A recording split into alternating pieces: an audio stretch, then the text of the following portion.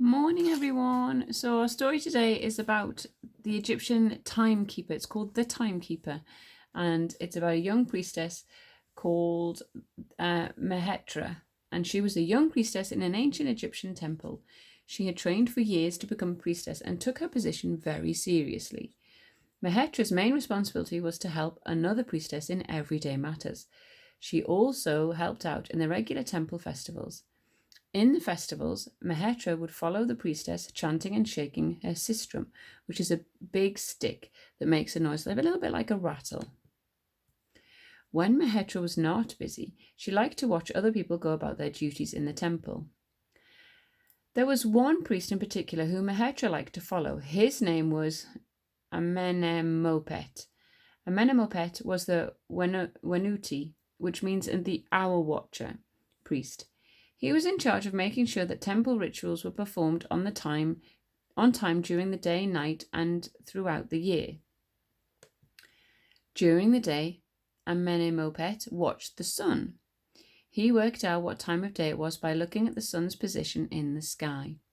Ordinary people worked out the time of day in the same way, but they had less experience and less training than Amenemopet. Why do they have these names? At night, Amenemopet carefully watched the water clock. As the evening fell, the clock was filled with water. During the night, the water dripped out a hole in the bottom. Amenemopet checked the water level during the night to work out when to perform nightly rituals. One day, Mehetra met Amenemopet walking across the courtyard of the temple. When Mehetra greeted Amenemopet, he looked startled. "The world is in chaos," he said. "The stars and the earth are moving against each other. Sopdet has risen, but it is not yet the first month of the flood season." Amenemopet shook his head.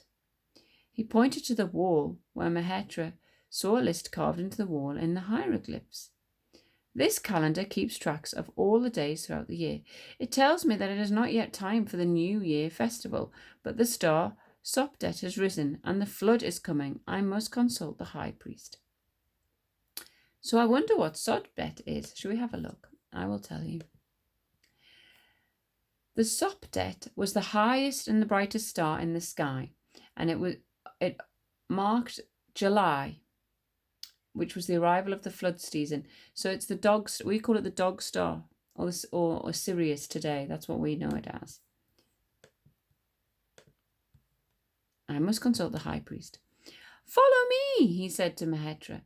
Amenemopet raced through the rooms of the temple. He stopped in front of a carved wall and pointed to a list of cartouches. So cartouches are hieroglyphs, but they are formed in rows and they are surrounded by a bubble. You'll know this because you've now been doing Egypt for a few weeks. "This problem was first noticed when they were alive," he pointed to a line of cartouches. "That was many years ago, and the problem is only getting worse." Amenemopet shook his head again. Then he turned to Mehetra and said, "Go now, child. I must be alone to think." With that, Amenemopet turned and walked away.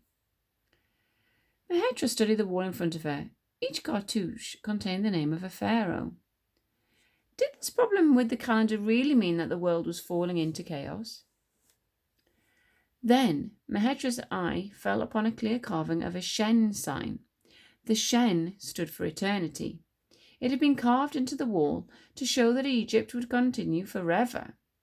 Mehetra knew that the priests would work out the problem so that the heavens and the calendar on the temple wall were in harmony. Mehetra turned away from the wall and walked out into the temple courtyard. The sun was shining down brightly. As Mehetra began to do her duties, she wondered if Amenemopet would know what was happening the next time she saw him. What do you think might have been happening in the story? Because if you think about it, these cartouches are year after year after year. So what was happening? Because obviously the calendar was a fixed calendar. So they created this calendar looking at the stars in the sky. Every 10 days, a new calendar appeared on the horizon. So there were 36 of these in it, making a year 360 days. So the ancient Egyptians added 5 days at the end of the year as the birthdays of the gods Osiris, Isis, Nephthys, Seth, and Horus. Since a year is actually 365 days, this calendar was a little bit off. So the Egyptians knew that the calendar was not accurate and that every year the problem was getting a bit worse. However, it was a fixed calendar and it was not easy to change. Over many hundreds of years, the calendar was so far off that the summer and winter months were reversed.